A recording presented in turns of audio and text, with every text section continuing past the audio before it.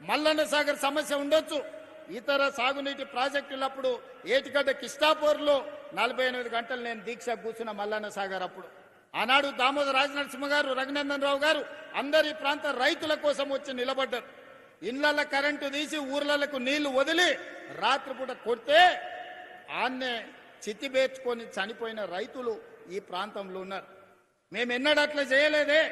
రైతులను ఒప్పించి, రైతులను మెప్పించి, నష్టపరిహారం పెంచి మొన్న నారాయణపేట కొడంగల్ ప్రాజెక్టు కడితే ప్రజలు అడిగితే 14 లక్షలు మేము ఇస్తామంటే కాదంటే 20 లక్షలు పెంచి 98.5% రైతులు లైన్లో నిలబడి ప్రభుత్వానికి భూమి ఇచ్చినాకనే నారాయణపేట కొడంగల్ ఎత్తిపోతల పథకాన్ని పనులను నేను ప్రారంభించిన.